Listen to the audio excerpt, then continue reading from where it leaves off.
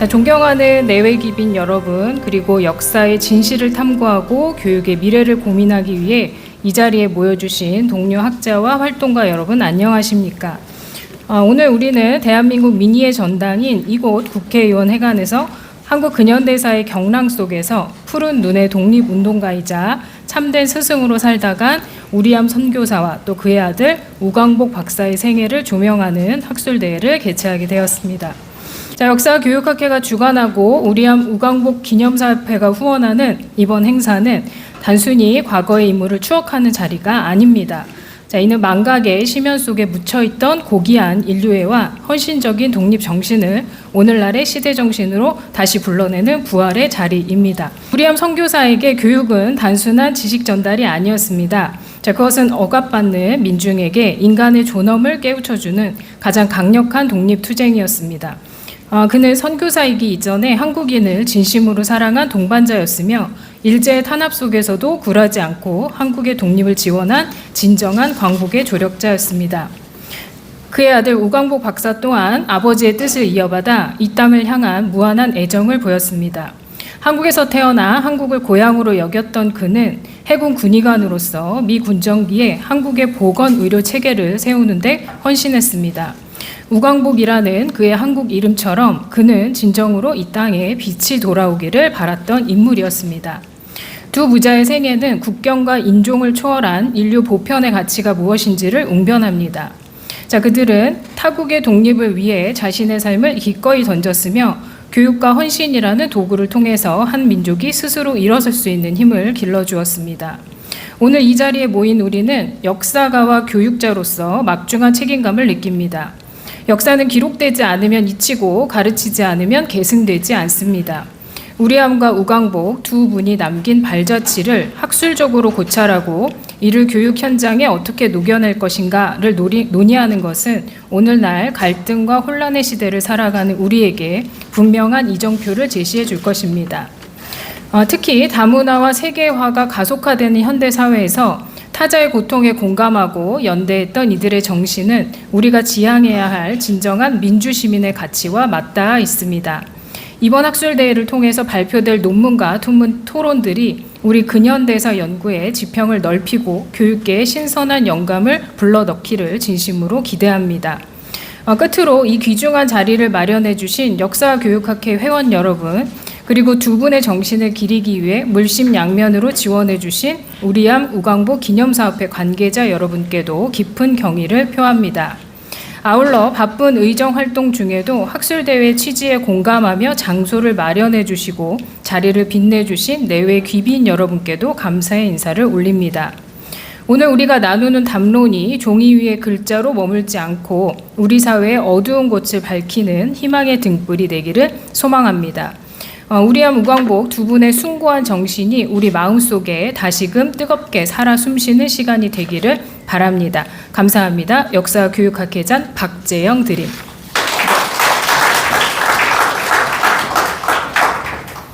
예, 오늘 그 뜻깊은 행사이니만큼 많은 분들이 그 축사와 축전을 보내주셨습니다. 먼저 우리 오늘 사업 학술 심포지엄을 가장 크게 후원해 주신 우리암 우광복 기념사업회 회장님 모시고 축사를 듣도록 하겠습니다. 네, 회장님 나와 주십시오. 박수 부탁드립니다.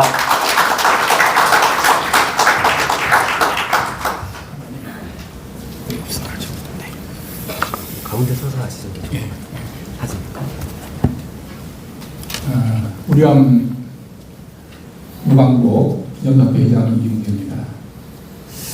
오늘 우리암 우광복 선교사님을 주제로 한 세미나를 개최해 주신 역사와 교육학회 총리상 못한 발표자 또 토론자 여러분과 여기 오신 모든 분들의 기쁨을 감사를 드리겠습니다. 우리암 우광복 기념사업회의 창립 배경은 다음과 같습니다. 우광복 우리암 선교사님의 삶을 흠모하는 어떤 학자로부터 감동을 받은 한 여인이 있었습니다. 그 여인은 의정부 CBMC 어느 장로님께 그 감동을 전달을 했습니다. 그 장로님은 돈이 얼마든지 들어가 좋으니 이 후손들을 전부 초청해서 감사를 전하자.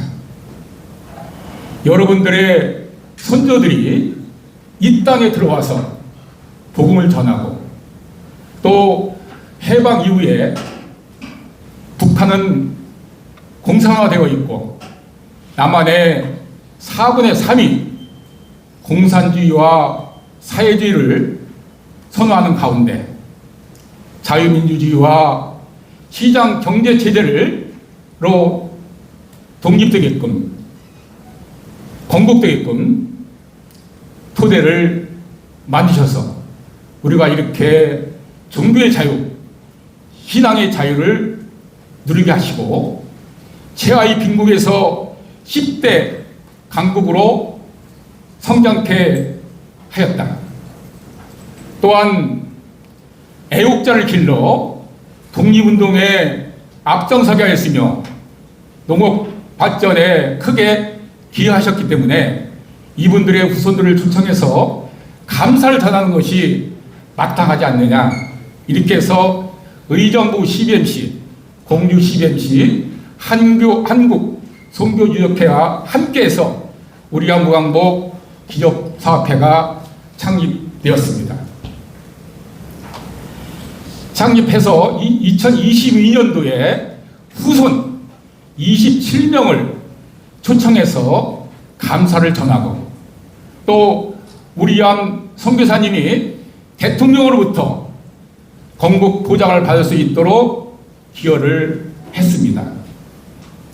27명을 초청하는데 3억 5천만 원의 경비와 애터미 회장님께서 후손 1인당 10,000불씩 27명에게 기부해서 7억 정도로 감사를 전한 바가 있습니다.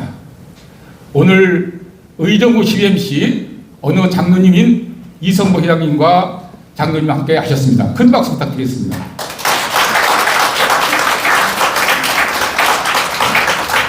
그 당시 공주 CBMC 회장이신 박영서 회장님께서 많은 것을 기부하셨습니다. 또 그리고 공주 CBMC 회원들이 함께 하셨습니다. 큰 박수 부탁드리겠습니다.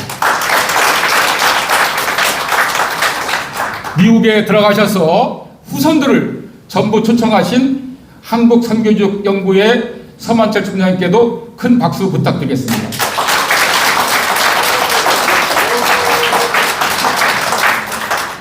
우리가 앞으로 할 일은 딱 두 가지입니다. 첫 번째는 우광복 선교사님이 건국 보장을 받을 수 있도록 노력하는 것이고 또 하나는 이 선조들께서 업적을 교과서에 실릴 수 있도록 같이 노력하는 것입니다.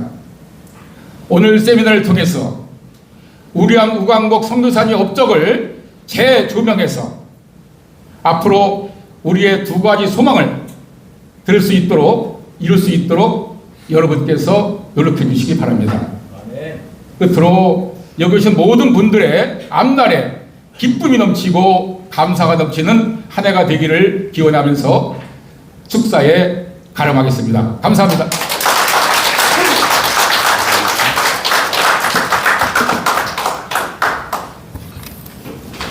예, 축사 말씀 감사합니다. 다시 한번 큰 박수 부탁드리겠습니다. 예, 두 번째 축사를 보내주신 분 소개해드리겠습니다. 현재 공주시장 권양 대행으로 계시고요. 송무경 부시장님 모시고 축사를 듣도록 하겠습니다. 근데 오늘 부득이하게 직접 나오시지는 못하셨고요. 대독을 해주시면 좋을 것 같습니다. 한국선교유적회 서만철 회장님께서 대독을 해주시면 감사하겠습니다. 큰 박수 부탁드립니다.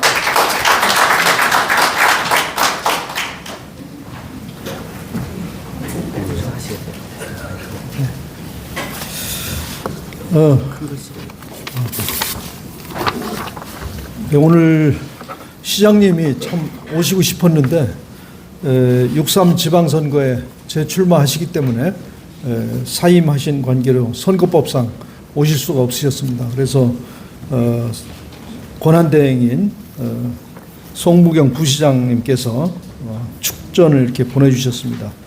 그래서 이 일을 처음에 시작했던 원죄가 있기 때문에 제가 대독을 드리도록 하겠습니다. 존경하는 내외 귀빈과 학계 관계자 여러분, 뜻깊은 자리에 함께 해주셔서 감사합니다. 공주시장 권한대행 송무경 부시장입니다. 먼저 우리암 우광복 한국 근현대사적 위상과 계승 방향 학술 세미나 개최를 진심으로 축하드립니다. 이번 세미나는 우리암 우광복 선교사를 비롯하여 윌리엄스 선교사의 교육, 농업 활동과 독립운동 지원 역할을 조명하는 매우 의미 있는 학술적 장입니다. 특히 그동안 충분히 주목받지 못했던 인물들의 업적을 재조명하고 해방 전후의 역사적 맥락 속에서 새로운 관점으로 평가할 수 있다는 점에서 큰 의의를 지니고 있습니다. 오늘 우리가 누리고 있는 자유와 번영은 수많은 선열과 헌신적인 이들의 희생 위에 이루어진 소중한 가치입니다. 이번 세미나가 그 숭고한 정신을 되새기는 계기가 되고 오늘의 사회 속에서 어떻게 개선할 수 있을지에 대한 심도 있는 논의가 이루어지는 장이 되기를 기대합니다.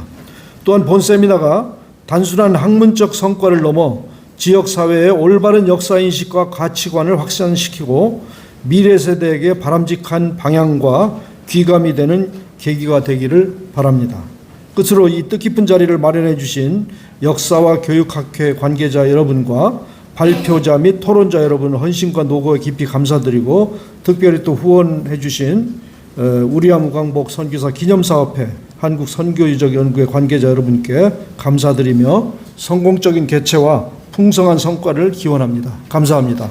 대대입니다.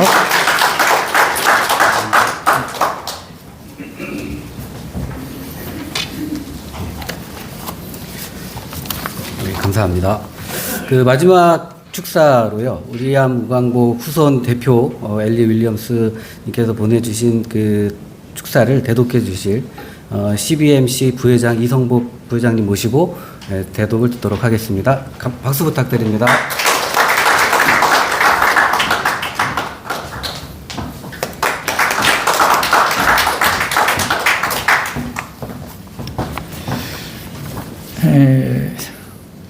제가 선교사 후손을 대신해서 축사하기는 정말 부족합니다만 미국에서 오시기가 어려워서 제가 대신하게 됐음을 정말 죄송하게 생각합니다.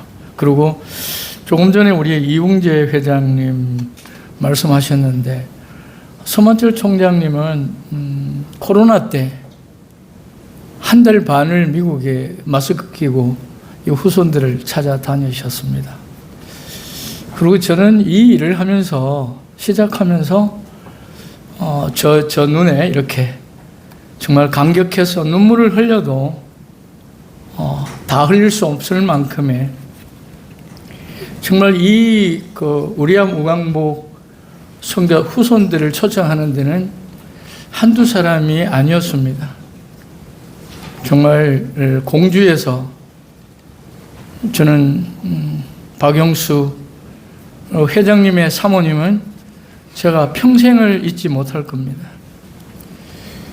정말 돈이 많아서 내는 사람도 있지만 제가 가평에서 우리가 회의를 할 때 3억 5천 가지고 처음에 다들 어려운 가운데 물론 애터미의 박한길 회장님 3억 5천 이렇게 해주셨지만 그 돈보다 더 귀한 돈은 박영수 회장 사모님이 그때 하신 말씀이 아마 우리나라에 있는 모든 재산을 다 줘도 시원찮다는 말을 하시지 않았나 이렇게 생각을 합니다. 그 마음을 잊을 수가 없습니다. 돈이 모자라면 내 작은 빌딩 다 팔아서 이 기념사업에 헌신하겠다고 하신 말씀, 제가 부산 백스코에서 기도하면서 했던 말, 이 말을 못해서 아마 평생 내가 후회될 거라는 오늘 그 말씀을 여러분 앞에 드리게 되어 정말 감사합니다.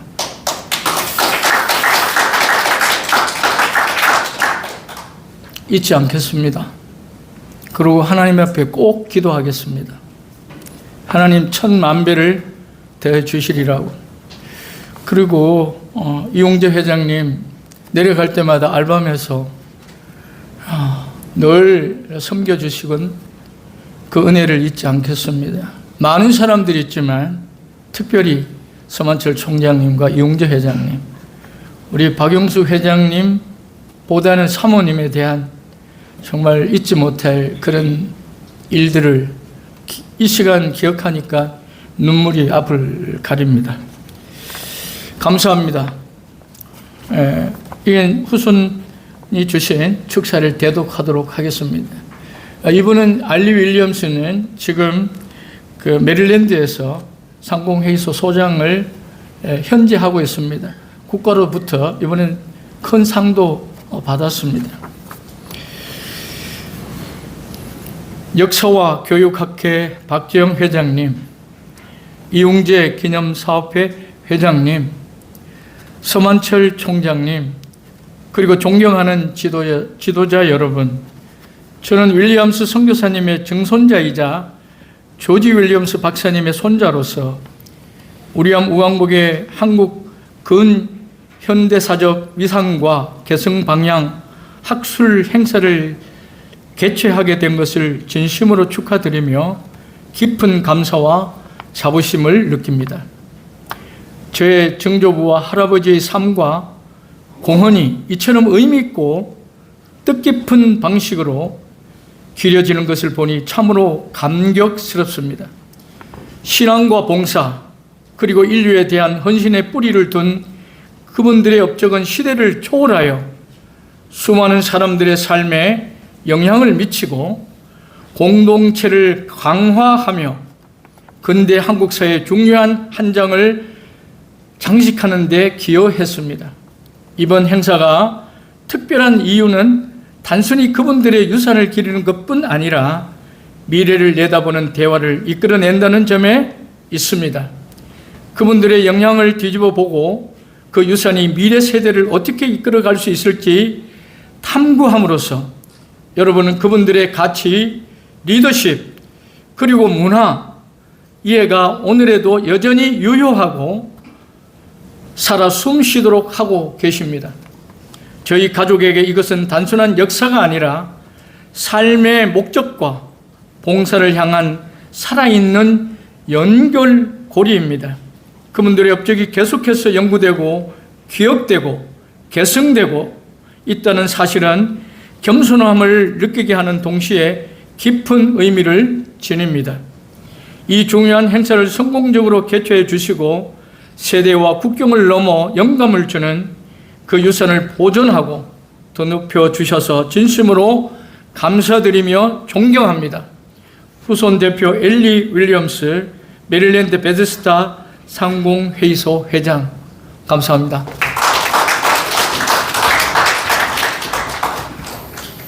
예, 좋은 말씀 잘 들었습니다.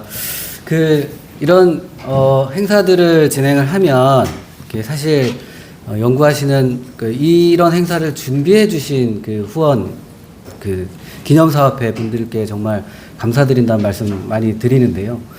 이 사업이 성공하기 위해서는 이러한 내용들, 이분들의 업적을 제대로 연구하고 그리고 발표하는 발표자 선생님들도 중요하다고 생각을 합니다. 그리고 연구가 제대로 이루어졌는지, 부족한 건 무엇인지 그걸 지적해 주시는 토론자 선생님도 중요하다고 생각을 합니다.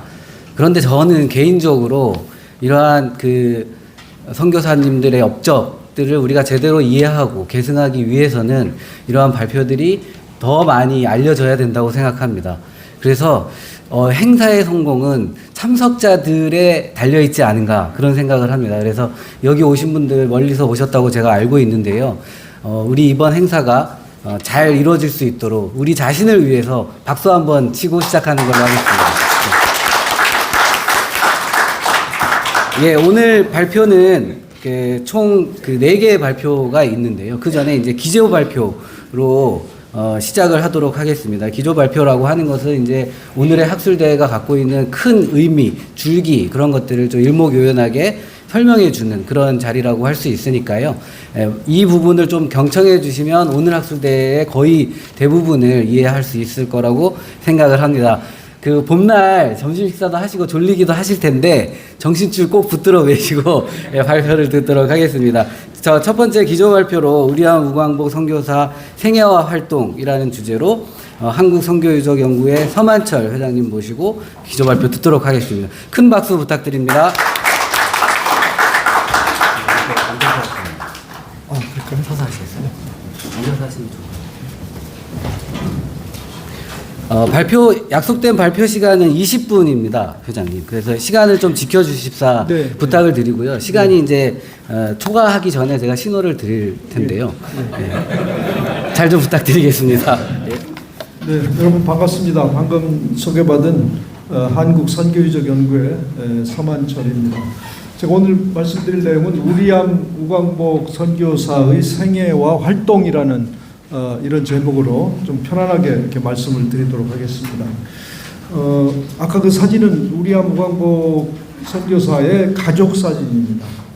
뒤에 우리암 선교사, 또 아내 앨리스 선교사, 가운데가 우광복입니다. 맏아들이고, 그 다음에 오른쪽이 이제 딸인데 안타깝게도 8살에 풍토병에 걸려서 먼저 하늘나라로 갔죠. 그래서 그 올리브, 이름이 올리브인데 올리브의 묘소는 지금 공주 선교 기지에 지금 있습니다. 저 선교사 부부가 그 아들 이름을 우광복이라고 지은 이유는 우씨는 이제 윌리엄스를 W로 시작하니까 우씨로 했고, 저 광복이라고 이름 지은 이유는 이때가 일제시대이기 때문에 우리 조선이 빨리 일본으로부터 독립을 하자는 그런 의미를 담아서 광복이라고 이름을 지었습니다. 엄청나게 참 우리 국민들의 마음을 이렇게 움직이는 그런 액션이었습니다. 예를 들어서 광복아 밥 먹자 이렇게 하면 보통 부르는 이름 같지만 그 부름에 바로 한국이 조선이 독립이 되자는 그런 의미를 담고 있었던 것입니다. 다음번에 이 윌리엄스 선교사 부부는 1906년에 콜로라도 덴버 대학을 졸업했습니다. 그때는 정말 그 대학생이 귀하던 시절이죠. 제가 이 후손들을 초청하기 위해서 콜로라도 덴버로 그 코로나 시기에 마스크를 쓰고 밖에 또 아크릴 이거를 쓰고 갔어요. 비행기 약관에서도. 갔는데 가면서 비행기 안에서 잡지를 봤어요. 잡지를 봤는데 그 콜로라도주가 뭐를 선전하고 있었냐면 콜로라도주가 미국 51개 주 중에서 대학교 졸업생이 가장 많은 주다. 이렇게 선전하더라고요. 그래서 이상한데 콜로라도가 산 중에 있는데 어떻게 그렇지? 근데 거기에 정부 기구가 많이 들어 있었어요. 그래서 그랬는데 그래서 몇 퍼센트인가 한번 봤어요. 그랬더니 29.3%더라고요. 그러니까 주민의 29.3%가 대학 졸업생들인데 그게 미국 전역에서 가장 퍼센테이지가 높은 이걸 자랑하고 있었어요. 제가 이 말씀을 왜 드리냐면 지금 주민의 29.3%가 대학 졸업생인데 이분들은 지금 1906년이면 120년 전에 대학을 졸업한 사람이잖아요. 그것도 부부가 동시에 대학을 졸업해요. 이건 뭐 상위 1% 안에 들어가는 사람들입니다. 이런 사람들이 대학을 졸업하자마자 이 대학이 지금 이 건물이 콜로라도 덴버 대학이 지금도 쓰이고 있는 건물인데 이 두 분들이 다녔던 건물이에요. 공부했던 120년 전 건물이고 거기에 또 그 아들도 아까 우광복이라는 그 아들도 이 대학을 다녔고 또 윌리엄 선교사 부부가 공주의 충남 최초의 학교인 근대학교인 영명학교를 세워서 길러낸 1회 졸업생 황인식 선생님이라는 그분 충청남도 초대 지사를 지내신 분입니다. 그분도 이 학교에 데려가서 1920년대에 대학을 졸업시킨 이런 학교 건물입니다. 네, 그다음 그래서 저 위에 있는 사진이 이분들이 대학을 졸업하던 1906년도 대학 졸업생 사진입니다. 그리고 공주에 와서 한국에 와서 공주 영명학교를 세워서 34년 동안 학교를 운영하다가 일본인들이 이제 미국과 태평양 전쟁을 벌이려고 하다 보니까 한국에 와 있는 선교사들이 스파이 노릇을 한다. 그래서 다 쫓아내는 그런 시기가 있었는데 그때 쫓겨날 당시의 모습입니다. 그냥 34년, 24살에 와서 34년이니까 58세, 57세에 쫓겨난 거예요. 쫓겨나서 미국으로 돌아가지 않고 다시 인도로 갑니다. 인도에 가서 다시 농업학교를 세워서 거기서 또 선교를 하게 되죠. 오른쪽 밑에 묘소가 바로 18살 딸아이, 참 눈에 넣어도 안 아플 그런 딸아이의 그 묘소입니다. 묘소고 왼쪽의 묘소는 저 가운데 있는 우광복의 묘소인데 우광복은 이제 나중에 말씀드리겠지만 아주 미국에서 유명한 의사, 암 전문 의사였습니다. 그리고 미국의 그 병리학, 그때 병리학이 뭐 잘 스탠다드가 없었는데 병리학에 관한 스탠다드를 미국의 병리학 스탠다드를 만들어내는 굉장히 실력 있는 의사입니다. 그리고 1961년에 케네디 대통령이 시해를 당했을 때, 암살을 당했을 때 그 대통령 검시관으로 2명의 의사가 들어가는데 그 중에 한 명으로 들어갈 정도로 굉장히 미국에서 인정을 받는 그런 의사였습니다. 그분이 돌아가실 때 자기는 해군 군의관을 했기 때문에 자기 화장한 채를 반은 태평양에 뿌려주고 반은 내 어릴 때 공부했던 공주 영명동산에 묻어달라. 내 어릴 때 죽은 여동생 옆에 묻어달라. 이렇게 유언을 해서 여기 와서 이렇게 묻혀 있습니다. 지금 공주 선교사 묘지에. 네, 그다음에 이것은 공주의 그 당시에 1930년대에 선교 기지에 있던 그 학교 시설들입니다. 한번 더 눌러주세요. 그래서 그 원으로 표시된 그 건물들이 그 당시 건물들인데 저런 건물들이 이 언덕 위에 있어가지고 그 도시 중심에 살던 사람들이 볼 때는 저 높은 곳에 언덕 위에 아주 높은 집들이 교회들이 저렇게 많이 있었습니다. 아주 선교 기지로서 훌륭했고 안타깝게 또 지금은 이제 다 없어지고 왼쪽 아래에 있는 건물 한 채만이 남아 있습니다. 그다음에 우리암 선교사께서 사셨던 우리암과 우광복이 사셨던 집인데 이렇게 사진은 남아 있는데 건물은 철거되고 없습니다. 언젠가 우리 기념사 앞에서 사진 저대로 복원을 해서 기념관으로 짓기를 희망을 하고 있습니다. 그다음 이것은 1921년이 미국 감리교회에서 해외 선교를 시작한 지 100주년 되는 해인데 1919년이 그러니까 1819년부터 미국에서는 해외 선교를 했어요. 그래서 100주년 기념 사업으로 몇 개를 공모를 했는데 그 중에 하나가 이 공주 영명학교 건물을 지은 것입니다. 그래서 1919년에 시작해서 21년에 완공을 했는데 이것이 그 당시 25,000달러를 갖다가 건물을 지었는데 아주 모범적인 미국 감리교회 전체에서 모범적인 그런 사업이었다 이렇게 평가를 받았습니다.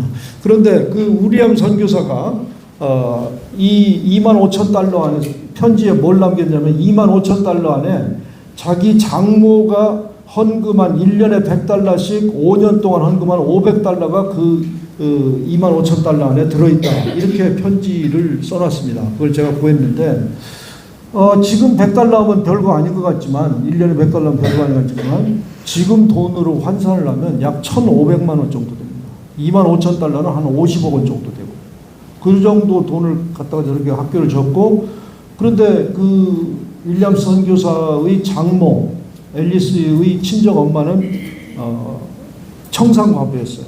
그래서 딸만 셋을 키운 그런 청산과부였는데 참 어렵게 딸이 다행히 머리가 좋아서 대학에 풀 스칼라십을 받고 장학금을 받고 공부를 했는데 선교사로 나가기를 원해서 선교사 지원서를 제가 봤어요. 이분들이 나는 선교하겠다. 근데 선교사 지원서에 뭐라고 써놨냐면 선교사 나갈 텐데 대학 졸업하고 2년 뒤에 나가겠다 이렇게 써놨어요. 그러니까 그 약혼자였던 윌리엄스도 따라서 여자 따라서 2년 뒤에 나가겠다 이렇게 같이 써놨고 그 왜 2년 뒤에 같이 떠나겠다고 했냐면 그 2년 동안 학교 선생님으로 취직을 해서 돈을 벌어서 자기 여동생 둘을 학교를 졸업시킨 다음에 그 여동생들이 취직을 해서 청산과부가 된 엄마를 돌보게 해놓고서 선교 나오겠다고 그렇게 선교 지원서에다가 2년 뒤에 나오겠다 이렇게 쓴 거예요.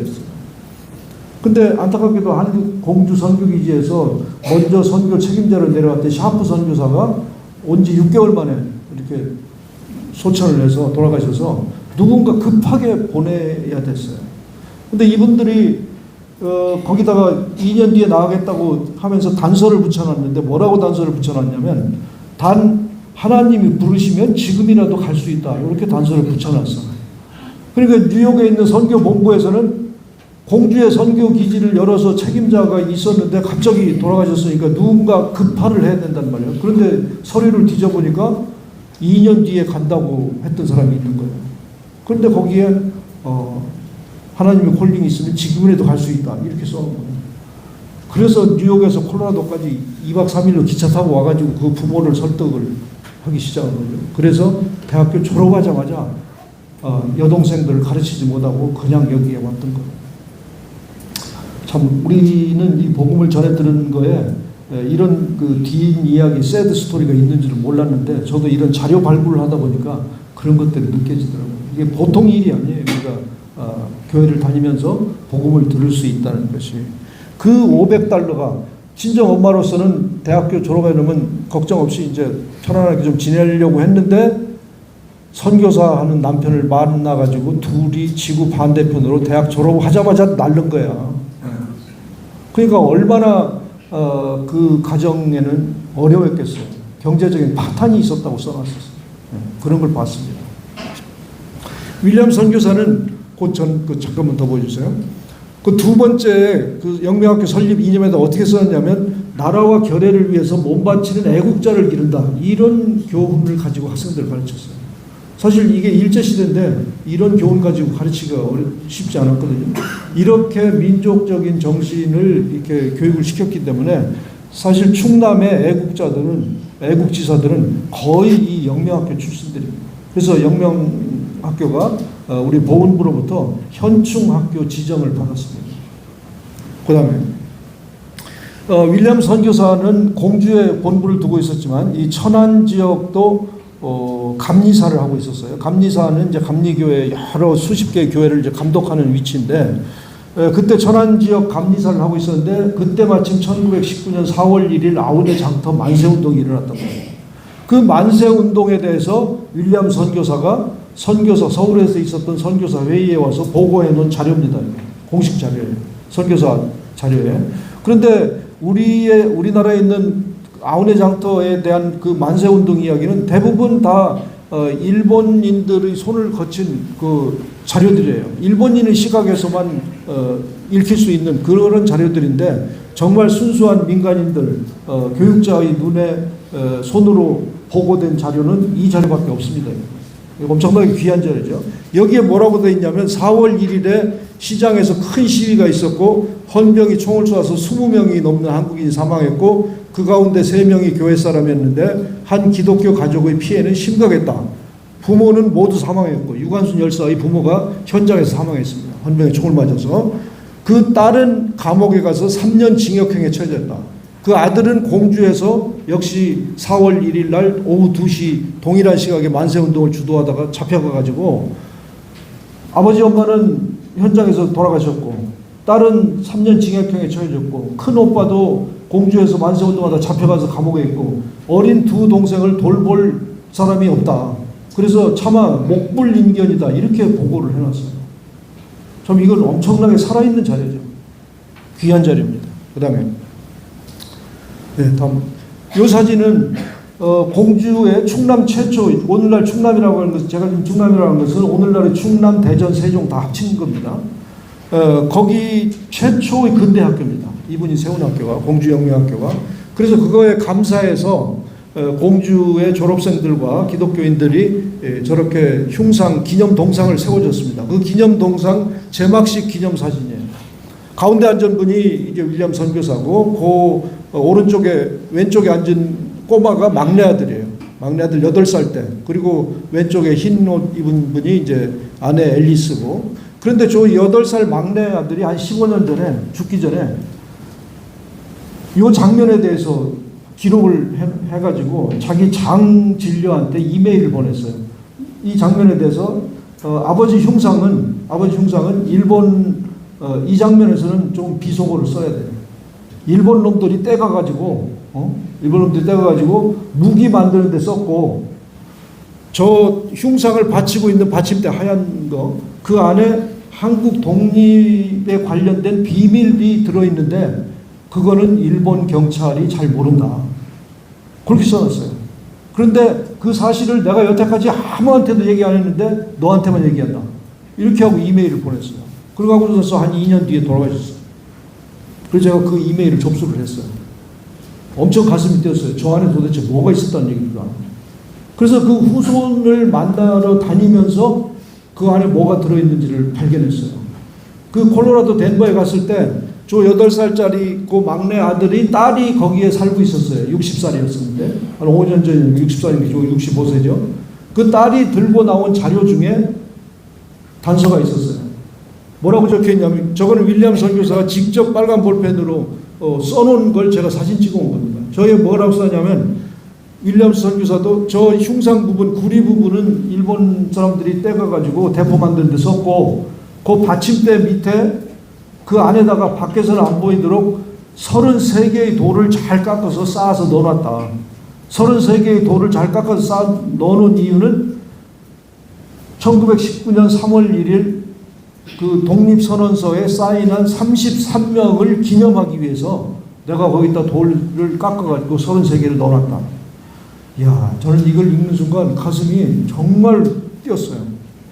이분들이 이런 마음 자세를 가지고 우리 학생들을 가르쳤구나. 엄청났어요, 감동이.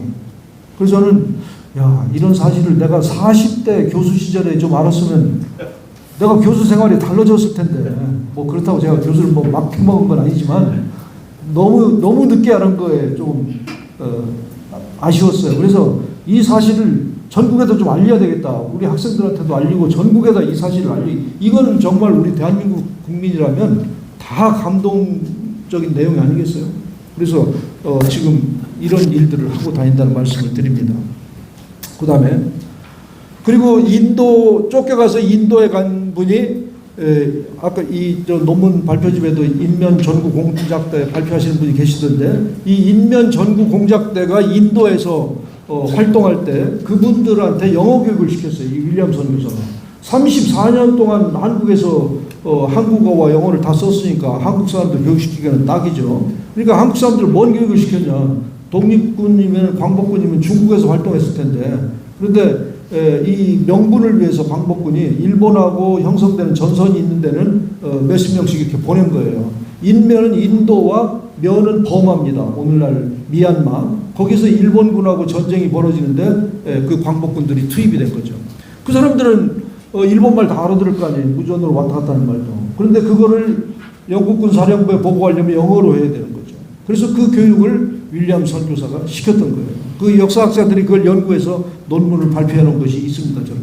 그래서 그런 일들이 있기 때문에 그리고 또 인도에서 선교하는 동안 우리가 해방을 맞았어요. 그랬더니 메가더 사령관이 이 윌리엄 선교사를 미 군정 농업부 고문으로 초청을 한 거예요. 그때 들어오면서 나도 만세를 부르고 싶소 하고 한마디 하면서 조선에 온 겁니다. 해방된 한국 땅에 온 겁니다. 그때 신문 기사입니다. 윌리엄 선교사. 그 다음에 그 아들 우광복은 정말 영명학교 다녔는데 우광복도 14살까지 중학교 과정까지 마쳤는데 그리고 나중에 우광복이 해군 군의관으로 태평양 칠함대에서 근무할 때 해방을 맞았어요. 그랬더니 자기 제대 시점에 와서 미국으로 돌아갈 찰나였는데 나 조선으로 다시 보내주세요. 그래서 자원에서 진주하는 미군들과 함께 들어왔습니다. 미 해군 군의관으로 들어온 거예요. 그래서 군의관으로 들어오면서 태어나기는 제물포 선교사 집에서 태어났어요. 제물포 그 해안가에 선교사 집이 있었는데 먼저 와서 이제 보건 상황을 체크해야 된다는 명분하에 먼저 내려서 그 자기가 태어났던 집을 갔다 왔어요. 갔다 오는 길에 미 육군 상륙부대하고 조선에서 환영 나온 사람들하고 부두에서 이게 말이 안 통하는 걸 발견한 거예요. 참 우리 이해가 안 되는 건데 여하튼 그때 그렇게 급박했던 거예요. 미군들이 들어올 때 통역관을 한 명 못 데리고 들어온 거예요. 미군들은 물론 영어와 프랑스어와 이태리어로 하고 이 한국분들은 한국말과 일본말과 중국말로 했는데 6개국어가 왔다 갔다 하는 그 현장을 이 사람이 발견한 거예요. 그러면 의사소통이 안 되니까 그 자리에서 그냥 통역을 딱 시킨 거예요. 그랬더니 그 상륙부대 부대장 하트문 중령이 당신은 어떻게 이렇게 한국말을 잘하느냐 그랬더니 나는 우리 아버지가 충남 공주에서 학교를 세워서 34년 선교했고 나도 그 학교에서 중학교까지 졸업해 이걸 다 설명한 거예요. 그랬더니 그 상륙부대 부대장이 바로 뒤에 있는 그 하지 사령관한테 보고해서 그 다음 날로 해군 군의관이 육군 하지 사령관의 통역관 겸 고문으로 발령 딱 받은 거예요. 그래서 이분이 실제로 한 것은 하지 사령관의 비서실장 역할을 했습니다. 비서실장 역할을 했고 우광복은 혼란한 해방 정국에서 이 좌익 단체 특히 조선인민공화국이라는 인공이라는 그것을 척결하는데 굉장히 공을 많이 세웠습니다. 그리고 황인식 초대 충남지사 조병옥 박사 나중에 그 민주당 대통령 후보까지 나오는 사람이죠.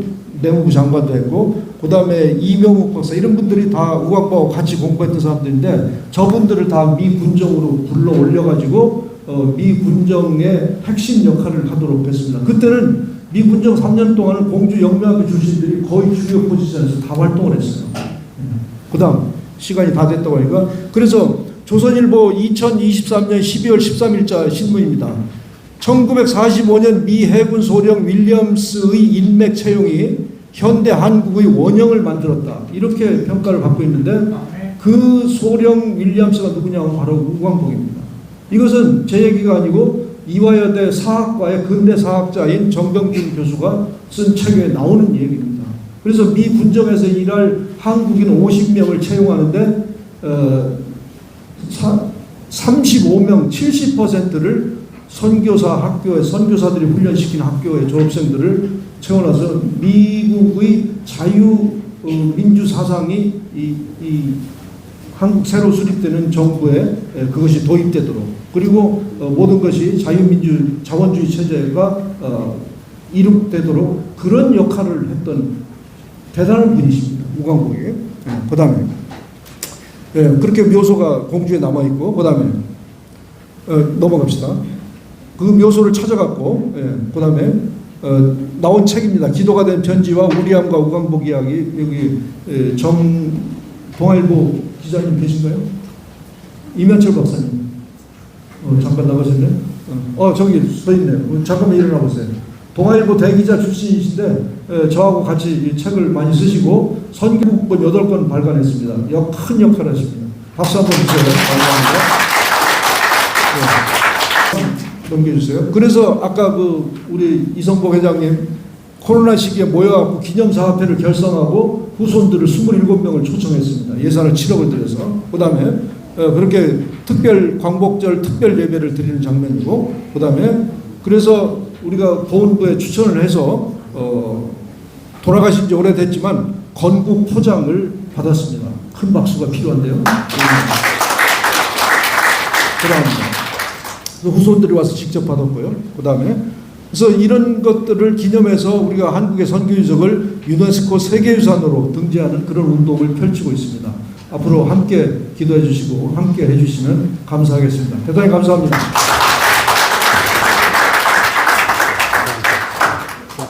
예, 시간 딱 맞았어요. 네, 감사합니다.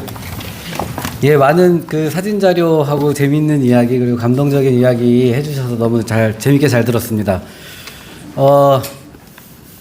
이제 본격적인 연구 발표를 시작하겠습니다. 황민숙 선생님, 네, 자리해 주시고요. 첫 번째 연구 발표로는 그 윌리엄 선교사의 교육 선교를 주제로 그 황민숙 그 한국 기독교 역사 연구회에 계시는 황민숙 선생님께 발표를 부탁드리겠습니다. 예, 선생님 그 개회사 축사가 시간이 좀 오버가 돼가지고 네, 저희가 시간이 약간 쫓기는데 20분 정도로 시간을 지켜주시면 되고 그 저기 오른쪽에 보시면 시계 있잖아요. 네, 저게 제가 끝나기 3분 전에 신호를 드리긴 할 텐데 20분입니다. 예. 예, 발표 부탁드립니다. 안녕하세요. 황미숙입니다. 오늘 제가 발표할 주제는요. 공주 스테이션을 중심으로 충남 지역에서 선교 활동을 펼쳤던 아까 윌리엄스 선교사님에 대한 내용을 준비했는데 그 중에서도 1920년대 말부터 진행된 농업교육의 전개와 그 의미를 살펴보도록 하겠습니다. 이 주제는 단순히 그냥 미션 스쿨에서 진행된 교육의 의미가 아니라 일제강점기 한국의 농촌 현실 속에서 농업교육과 복음을 전하는 선교가 어떻게 연결되었는지에 대한 사례를 잘 보여주는 내용이라 할 수 있겠습니다. 그 다음요. 들어가는 말을 보시면 일제강점기의 한국 농촌은 일제의 토지 수탈과 산미 증식 계획으로 매우 어려운 상황이었습니다. 쌀 생산은 늘어났지만 정작 농민들은 가난에서 벗어날 수가 없었습니다. 그래서 초근 목피로 연명하는 그런 실정이었습니다. 그래서 농토를 뺏기고 이런 분들은 하와이나 아니면 저 만주, 간도로 이동하는 그런 일들이 있었습니다. 이런 현실 속에서 기독교계가 앞장서서 농업 강습하고 그리고 농촌 운동을 통해서 농민들을 돕고자 했습니다. 당시 기독 신보 내용을 보면은 농촌이 살 수 없는 형편을 벗어나자는 열심에서 이런 운동이 나왔다 이렇게 이야기하고 있습니다. 윌리엄스는 1906년에 들어오게 되죠. 들어와서 가장 중요하게 여긴 것이 한국 젊은이들에 대한 그 교육이었습니다. 배워야 뭘 한다. 배워야 복음도 받아들이고요.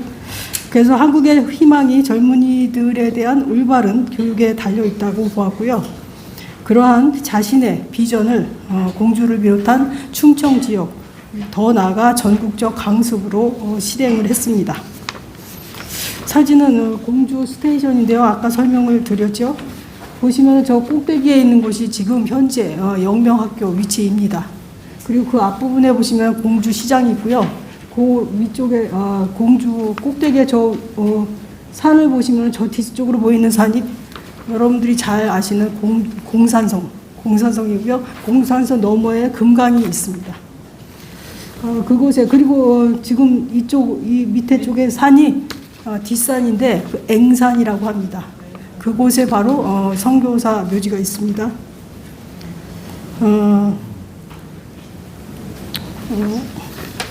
가장 먼저 한 것은 바로 1929년에 영명학교 안에 농업교육을 실시하는데 농민학원을 엽니다. 일반 그냥 학생뿐만이 아니라 농민들을 오게 해서 현대식 농업교육을 시작합니다. 그러면 어떻게 시작했는가에 대해서 보면은 농민들과 농촌 목회자들, 특히 목회자들은 농촌에서 목회한다는 것이 너무 힘들죠. 왜냐하면 뭐가 수입이 없으니까. 그래서 텃밭이라도 가꿔서 먹고 살 수 있게 이렇게 하기 위한 농업 지식을 가르쳤습니다. 이 강좌에는 정규반 그리고 야간 강좌에는 많은 그 농민들이 참여했고요. 먼 곳에서도 왔습니다.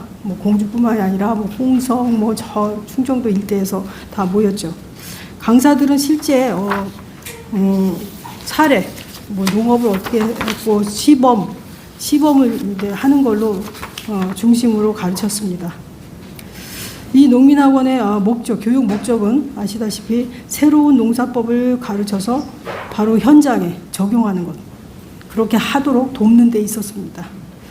그 실제로 공주교도소가 있거든요. 공주에 가면 그 공주교도소에 농업 지역이 있습니다.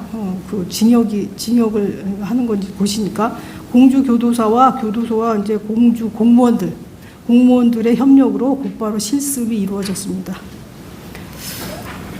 그리고 또 학교 안에 시범 농장을 만들고 그 앵산 그 산에 묘목도 심고 이렇게 하면서 실제로 어떻게 농업을 해야 되는지 임업도 같이 가르쳤습니다. 그리고 거름구덩이, 가장 중요한 게 거름이죠. 거름구덩이도 설치하고 임업 현장을 보여주고 앵산에 임업 나무를 가꾸도록 이렇게 했습니다. 농업교육은 학생들이 배운 내용을 가장 중요한 포인트는 고향에 돌아가서 실현하도록 하는 것, 실천하도록 하는 것, 자기만 배워서 하는 게 아니라 배운 것을 집에 가서 그 핵심 교육이 바로 농촌과 학교 연계 수업이었습니다. 크게 4개의 항목을 가지고 커리큘럼을 진행을 했는데요. 경제, 교육, 건강과 위생, 그리고 도덕과 영적 노력이라는 그런 틀로 농촌 학교 연계 수업을 진행했습니다. 구체적인 내용을 보시면 농촌 사업에서 가축하고 씨앗 기르기,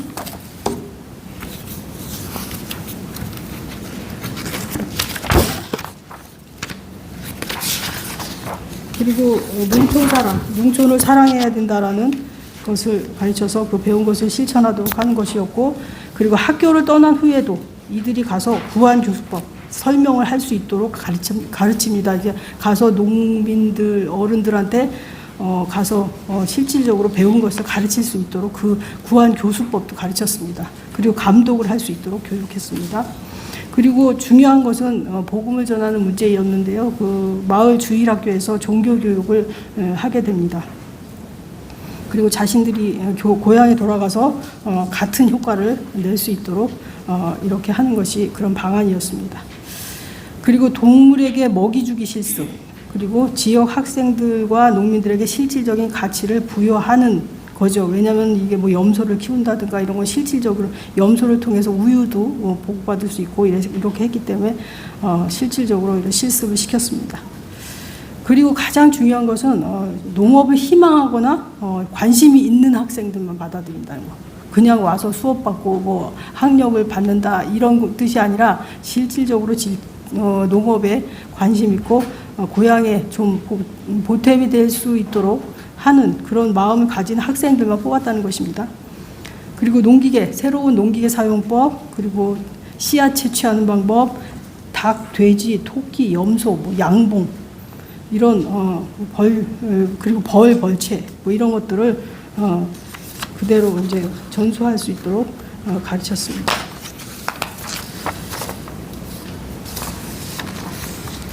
그리고 이러한 농업교육은 지역을 넘어서 전국적 농업 강습회를 진행을 합니다. 이 윌리엄스가 1931년부터 농학을 전공을 했고요. 전문가로서 YMCA를 중심으로 저 광주도 가서 강의를 하고 그러면서 전국적 농업 강습회를 진행합니다. 혼자서만 한 것이 아니라 여기에 전문가들이 대거 참여를 합니다. 축산, 원예, 비료, 양돈, 그리고 농업경제, 그리고 실용적인 이런 주제를 다뤘고요. 그렇게 활동을 하게 됩니다. 이러한 윌리엄스의 농업교육의 실천은 바로 좀 전에 말씀드렸듯이 전문적인 지식에서 나온 것이다. 왜냐하면 오랫동안 농촌의 사정을 눈으로 너무 어려운 사정을 봤죠. 그래서 전문적으로 공부를 해야 되겠다. 그래서 콜로라도 주립 농대에 가서 안식년 동안 농업 공부를 합니다.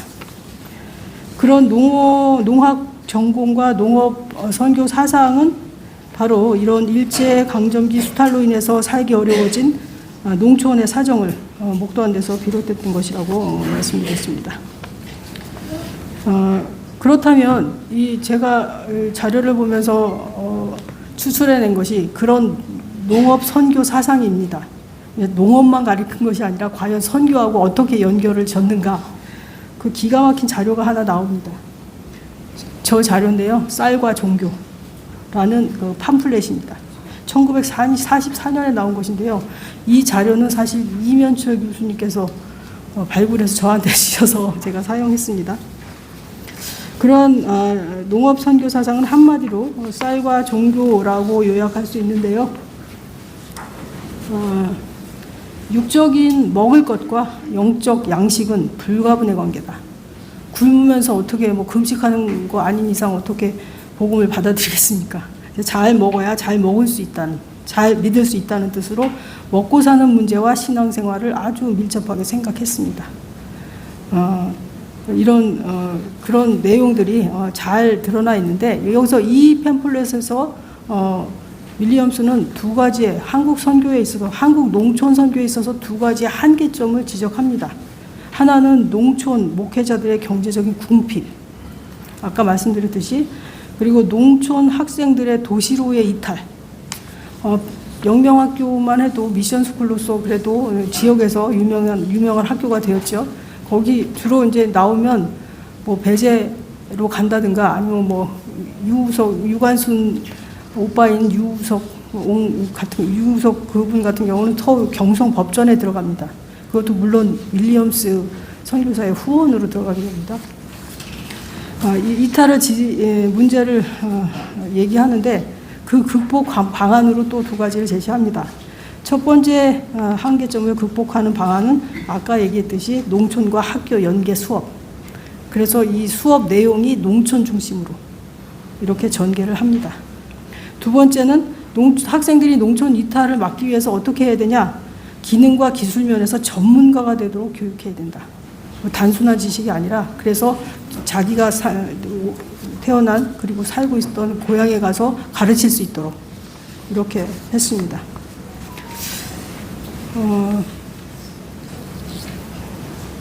여기서 보시면 이제 그 서울로 달려가기라고 이렇게 돼 있는데요. 그렇게 원하는 사람이 줄어들게 됐대요, 실제로.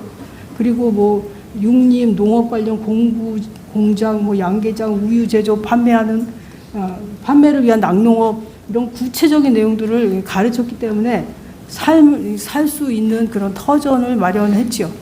그리고 여학생들 역시 여학교에서 어떤 그 읽고 쓰고 뭐 세마기 그리고 자수, 요리, 음식 접대 뭐 그리고 더 나아가서 아이 키우는 방법, 어린이 진료소, 주간 타가소. 참고로 이 주간 타가소하고 이 베이비 센터 있잖아요. 이거는 공주에서 가장 먼저 시작이 됩니다. 유아복지 사업이.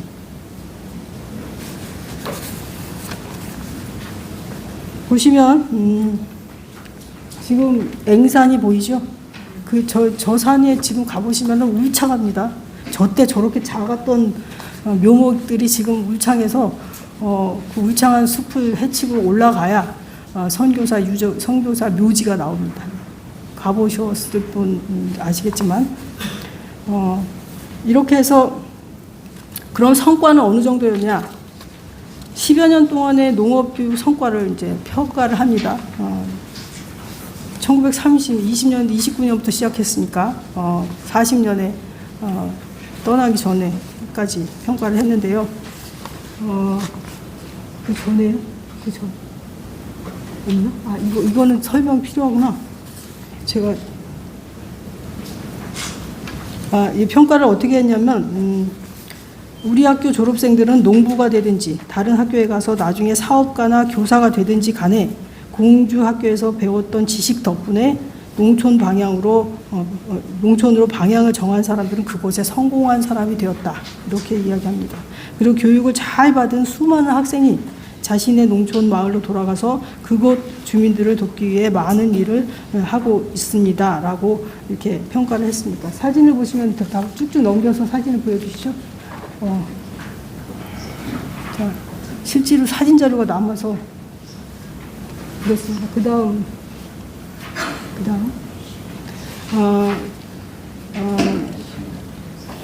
결론을 말씀드리겠습니다. 농촌 사람들이 생활의 문제를 해결해야 복음도 더 깊이 받아들일 수 있다라고 본 윌리엄스는 단순한 기술 교육이 아니라 농촌을 살리고 신앙을 뿌리내리게 하는 실천이었다고 볼 수 있을 것입니다. 그래서 윌리엄스는 학생들이 노동 중시의 기독교 이념을 마음속 깊이 품게 되었다라고 자신의 그 사상을 자부심 있게 표현했습니다. 결국 이제 이런 윌리엄스 선교사는 특히 농촌 학교 연계 수업 프로그램을 통해서 두 가지의 믿음을 갖게 되었다고 이야기합니다. 첫째는 농촌 교회의 최고의 목사는 농민들의 일상생활 문제에 대하여 충분한 지식을 가지고 친근하게 교인들을 공감하는 상태에서 설교와 전도를 한다는 것.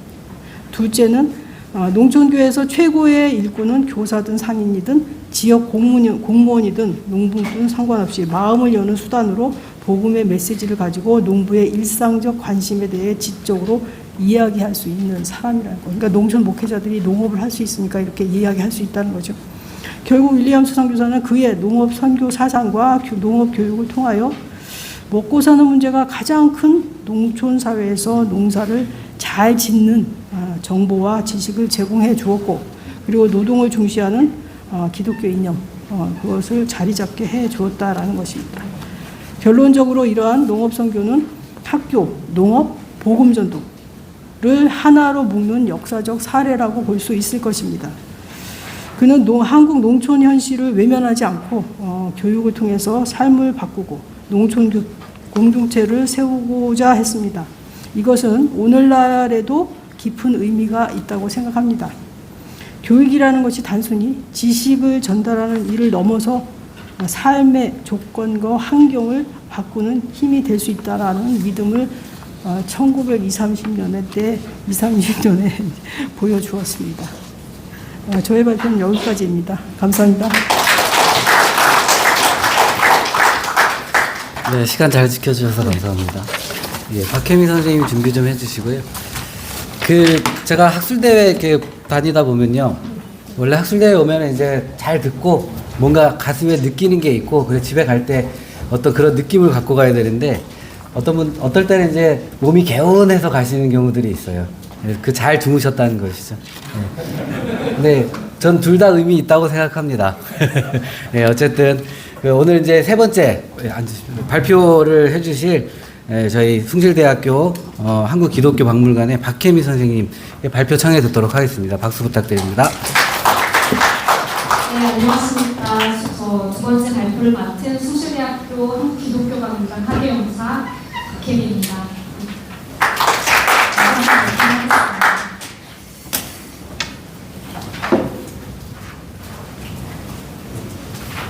네, 먼저 우리양 선교사님의 삶과 생애를 이렇게 조명하는 뜻깊은 학술대회에서 발표할 수 있는 기회를 주셔서 감사드립니다. 이번에 발표를 준비하면서 공주 영명학교와 평양 숭실학교가 역사적으로 닮은 지점이 많다는 것을 발견할 수 있었습니다. 잘 아시는 것처럼 그 두 학교는 모두 기독교 정체성을 바탕으로 각 지역에 세워진 최초의 근대 교육기관이라는 점, 그리고 민족운동의 토대 위에 수많은 독립유공자들을 배출한 점이 일단은 공통점이 있습니다. 또한 앞서 선생님들께서 말씀해 주신 것처럼 한인식, 조병옥, 김사영 같은 인물들은 모두 영명과 공주가 함께 배출한 그 인물들인데요.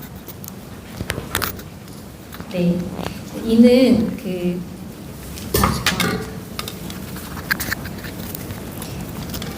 이는 시대적인 배경으로 보면 1900년대 초에 감리교와 장로교의 연합운동을 통해서 두 학교의 인연이 가능했을 것이고요. 그리고 또 이 에큐메니컬적인 성과가 증명된 것이라고 생각합니다. 또 나아가서 외국인 교장 선생님들이 한국의 독립운동을 지원하고, 또 나아가서 독립유공자로 투서되신 것도 두 학교가 공유하는 독특하고도 자랑스러운 역사라고 생각합니다. 그래서 이번에 이런 점들을 발견하면서 발표문을 작성하는 과정이 저에게도 의미 있는 시간들이었습니다. 네, 제가 발표할 주제는 앞에 보이시는 것처럼 우리암 선교사의 민족교육과 한국 광복군 인면전구공작대 지원 활동에 관한 것입니다. 발표는 PPT로 요약 발췌하여 진행하기 때문에 자세한 내용은 자료집에 있는 논문을 참고하시면 되겠습니다. 목차의 구성은 다음과 같습니다. 첫 번째, 영명학교를 통한 국내 민족교육과 인재 양성. 둘째는 강제 추방 이후에 인도에서 이어진 한국 광복군 인면전구공작대 지원 활동에 관한 것입니다. 네, 앞서 선생님들께서 잘 설명해 주신 것처럼 다음이요. 우리암 선교사는 1906년 아내 우에리시 선교사와 함께 내한했습니다. 처음부터 한국을 지원한 것은 아니었고요.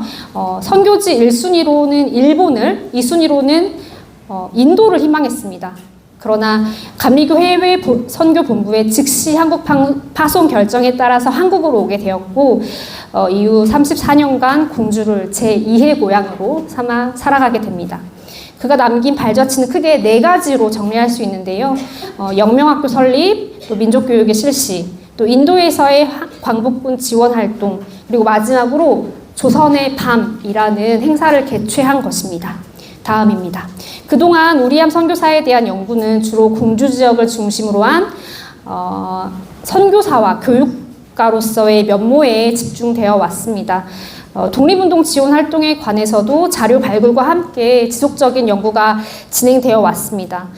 특히 저는 서만철 회장님께서 방대한 그 수집 자료를 바탕으로 저술하신 책들을 발표를 준비하면서 많은 도움을 받았습니다. 네, 본 발표에서는 기존의 연구를 토대로 우리암 선교사가 지향한 민족교육과 독립운동 지원 활동을 역사적 맥락 속에서 보다 면밀하게 살펴봄으로써 몇 줄의 기록으로 남겨진 외국인 조력자가 아니라 한국 독립운동사의 주체적인 인물로서 우리암 선교사를 재조명하려고 합니다. 네, 다음입니다. 네, 이제 본론으로 들어가겠습니다. 첫 번째 주제는 영명학교 설립과 민족교육입니다. 우리암 선교사는 전도, 개화, 그리고 민주주의를 교육 이념의 핵심으로 삼았습니다. 또 이러한 정신은 그가 세운 4가지 교육 목표에서도 명확하게 드러나는데요. 특히 주목할 것은 나라와 결애를 위하여 몸을 바치는 애국자를 기른다라는 대목입니다. 네, 그러니까 선교와 교육 활동을 통해서 조선 청년들로 하여금 자신을 하나님 앞에 선 단독자이자 동시에 나라와 민족을 위해 헌신해야 할 주체로 인식하게 하였고, 이러한 신앙적 자기 이해는 곧 민족적 자각과 독립운동의 동력으로 이어지게 됩니다. 네, 다음입니다. 네, 교육 이념만큼이나 중요했던 것은 바로 우리암 선교사의 교육 실천 방식이 아니었나 생각됩니다. 1913년 조선 그리스도인 회보라는 신문에 그 조선인들이 사랑스러운 목사라고 부르는 우리암 씨의 참 사랑을 다음과 같이 보도하고 있는데요. 실력 있는 학생이 학비에 곤란하여 공부 못하는 것을 보면 아무쪼록 도와주었다. 그러면서 자기의 의복, 음식, 거처는 정결한 외에 더 원치 아니했다고 전하고 있습니다. 다음입니다. 네, 이 슬라이드의 표를 보시면 그 영명학교 출신들이 평양 숭실학교로 진학한 내역을 확인할 수 있습니다. 그 가장 대표적인 사례가 1회 졸업생인 황인식의 이야기인데요. 그 우리암 선교사는 황인식이 평양 숭실 중학에 진학할 수 있도록 학비를 지원하고 또 미국 유학까지 추천하면서 또 교육 분야의 후계자로 양성했습니다. 우리가 잘 아는 조병옥 박사 역시 우리암 선교사를 평생의 스승으로 존경했습니다. 이렇게 그가 길러낸 제자들은 3.1운동, 또 상해 임시정부, 그리고 해방 이후에는 대한민국 정부 수립의 역할을 또 담당하기도 합니다. 다음입니다. 이제 영명학교가 독립운동의 현장이 되는 장면을 살펴보겠습니다. 이 도표는 영명 100년사에서 발췌한 도표인데요. 이것만 보더라도 1919년 공주지역 3.1운동, 이 영명학교가 기획부터 실행까지 주도했다는 것을 확인할 수 있습니다. 교사와 학생들 또 졸업생들이 학교에 모여 거사일을 확정하고 각자의 역할을 분배합니다. 학교 등사기로 선언서와 선전문을 인쇄하고 태극기를 제작했으며 공주 지역 각 학교와 지역민들의 참여를 독려했습니다. 이들은 4월 1일 공주 장날에 태극기와 선언서를 들고 거리로 나와 독립만세를 외치다가 현장에서 전원 체포되었습니다.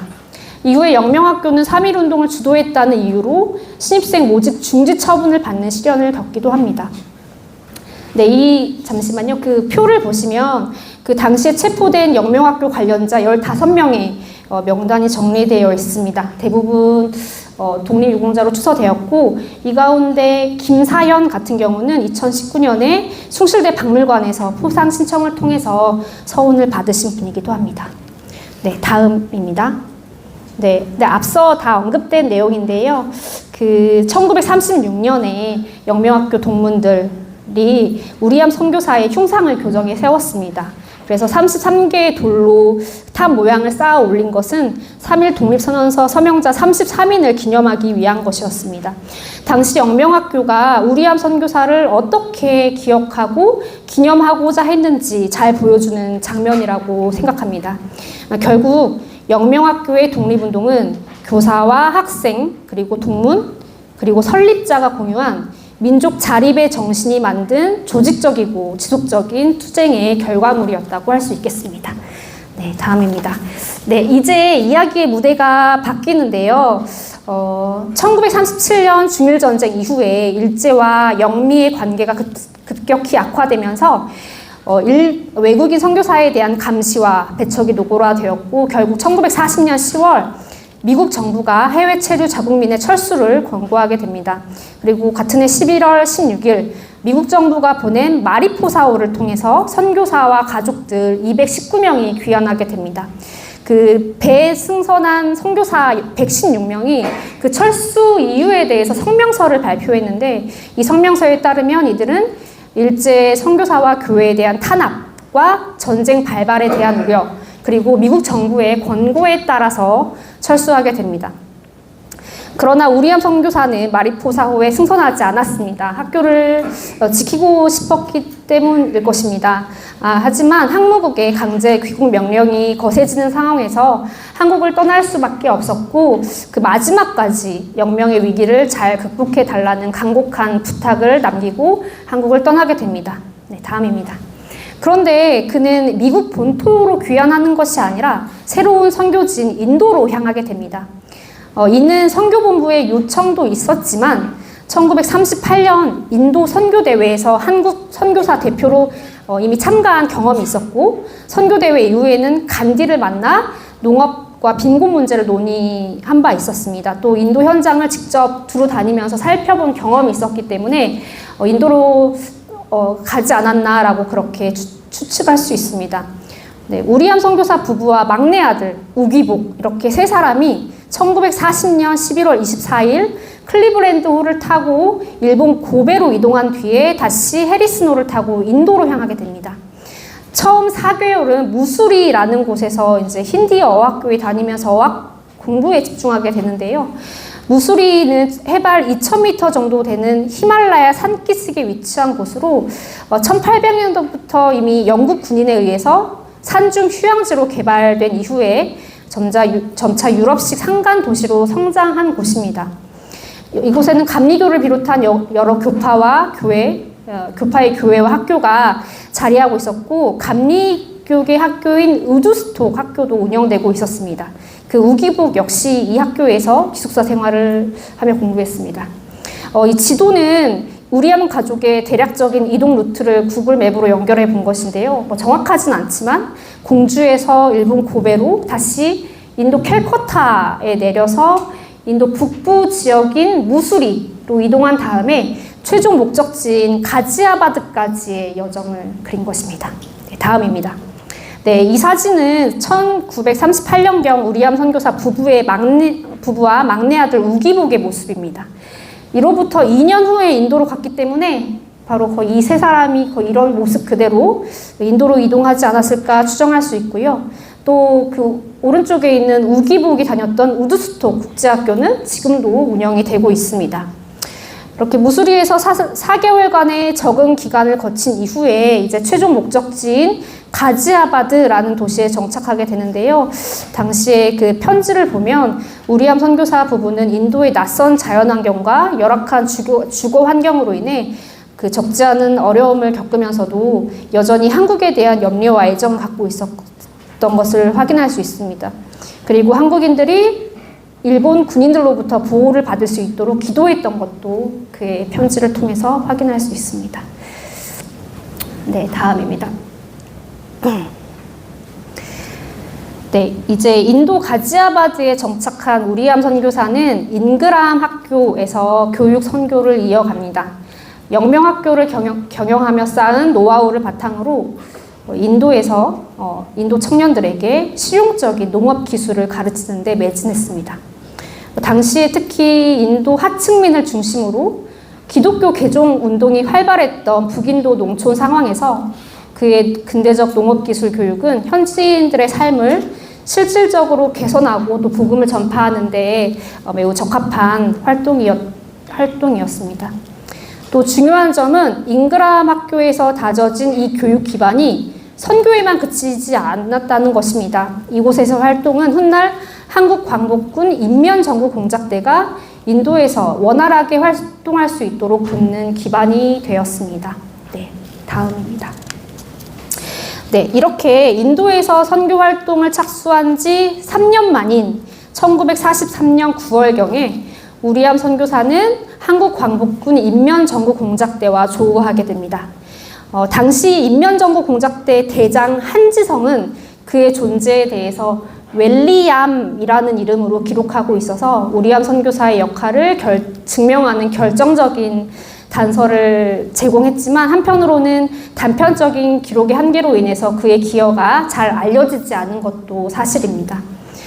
네, 그래서 먼저 공작대의 조직 활동을 간략하게 살펴본 다음에 우리암 선교사가 이들을 어떤 방식으로 지원했는지 검토하겠습니다.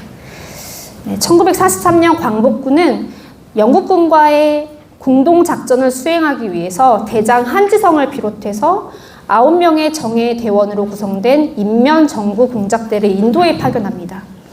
이들은 대일 선전전과 정보 수집을 담당한 특수부대로 한국 독립운동 세력이 국제전의 전선에서 실질적인 존재감을 드러낸 유일하고도 중요한 사례입니다. 이들은 인도 버마 전선의 험난한 환경을 극복할 수 있는 강인한 체력과 일본인을 상대로 특수 공작 선전전을 수행할 수 있는 능숙한 일본어, 그리고 영국군과 연합작전을 수행할 수 있는 영어 구사 능력도 어느 정도 갖춘 인물들이었습니다. 특히 일본어에 능숙할 뿐만 아니라 일본 풍속을 잘 알고 일인의 심리를 이해하며 그 습성을 잘 아는 이들은 대일 특수전을 수행하는데 매우 적합한 인력들이었습니다. 네, 공작대원들이 그 인도에 도착한 후에 그 본격적인 임무 수행에 들어가기에 앞서 1943년 9월부터 약 3개월간 전문 훈련을 받게 되는데요. 특히 영국군과의 원활한 공조를 위한 영어 교육이 필수적이었습니다. 네, 다음입니다. 주목해야 할 점은 바로 영어 교육이 이루어진 곳이 바로 우리암 선교사가 교장으로 있던 잉그라함 학교라는 점입니다. 근데 이 그림은 2023년에 KPI 뉴스라는 곳의 기자들이 보도한 광복군 특별 기획 기사에서 발췌한 것인데요. 그 당시에 그 광복군이 훈련을 받고 또 영어 교육을 받았던 잉그라함 학교의 그 위치를 추정해 볼 수가 있습니다. 네, 우리암 선교사는 이렇게 교육 장소를 제공하는 동시에 공작대원들에게 직접 영어를 가르쳤습니다. 그 한지성 대장은 이 시기를 기록하면서 우리암 선교사에 대해서 예전에 미국 선교사로 조선 궁주에서 35년 동안이나 있던 이로 조선어가 매우 유창하다라고 기록했습니다. 네, 직접 영어를 가르치면서 낯선 인도 땅에 도착한 공작대원들이 현지에 적응할 수 있도록 또 도와주고 든든한 교사가 되어주었을 것입니다. 막내 아들 우기복의 회고에 따르면 이들의 만남은 수업에서만 그친 게 아니었습니다. 늦은 밤까지 아버지를 찾아온 한국 청년들은 해방된 조국에 어떤 민주 정부를 세울 것인가를 논의했다고 합니다. 그러니까 우리암 선교사들은 이제 영어를 가르치는 동시에 독립된 한국의 미래를 함께 논의했던 것입니다. 네, 다음입니다. 네, 우리암 선교사의 지원 활동 가운데 또 매우 상징적인 사건이 바로 조선의 밤이라는 행사입니다. 우리암 선교사 부부는 정월 초하루를 맞이해서 이 공작대원들과 영국, 미국, 인도 측 인사들을 초청해 한국의 문화를 알리는 자리를 마련했습니다. 행사의 내용은 크게 3가지였는데요. 먼저 조선의 풍속과 풍경 사진을 상영하고 조선의 고유한 전통 문화를 소개했으며 또 무엇보다 중요한 것은 일제 식민지배의 부당함과 한국 독립의 당위성을 호소하는 것이었습니다. 네, 한국이 고유한 언어와 문화를 가진 독립된 민족이며 일제 식민 지배에 맞서 싸우고 있는 주권 국가로서의 정당성이 있음을 연합국 인사들에게 각인시키는 일종의 외교 선전 활동이었던 것입니다. 그 민족을 빛내기 위해서 죽음으로써 삶을 구하겠다는 의지로 타국의 전선에서 활동하는 공작대원들에게는 또 사기를 진작하고 사명감을 확인하게 하는 그런 계기가 되지 않았을까 생각됩니다. 그 인면정구공작대를 통하여 양 민족의 관계를 다시 새로이 건립한 것은 한영 국교상의 의미 있는 사실이라고 밝힌 한지성 대장의 언급처럼 궁작대의 활약은 영국군을 보조하는 역할이 아니라 한국 독립운동 세력이 연합국 측으로부터 인정받는 계기로 삼고자 한 외교 활동의 일환으로 해석할 수 있습니다. 그리고 우리함 선교사의 역할 역시 이러한 연장선의 하나로 평가할 수 있을 것입니다. 네, 지금까지 내용을 정리하면서 마무리하겠습니다. 네, 첫 번째 우리함 선교사는 영명학교를 통해 민족교육의 토대를 마련했습니다. 나라와 결의를 위하여 운바치는 애국자를 기르고자 했던 그의 교육 철학은 영명학교 교사와 학생들의 항일 의식 형성에 큰 영향을 미쳤습니다. 둘째, 우리함의 독립운동 지원은 해외에서도 멈추지 않았습니다. 일제에 의해 강제 추방된 뒤에도 인도에서 광복군에게 영어 교육 장소를 제공하고 직접 가르쳤고, 또 조선의 밤을 개최해서 연합국의 한국 독립의 당위성을 설파했습니다. 이는 독립운동을 실질적으로 뒷받침한 가장 구체적이고 능동적인 행동이었습니다. 셋째, 따라서 우리함 선교사는 한국 독립운동사의 주체적인 인물로 재평가되어야 할 것입니다. 해방 이후에 우리함 선교사가 다시 한국으로 돌아와 미군 정기 농업정책과 행정 분야에서 일정한 역할을 한 것도 이러한 연속선상에서 이해할 수 있을 것입니다. 네, 그러면 이상으로 발표를 마치도록 하겠습니다. 감사합니다. 네, 발표 감사합니다.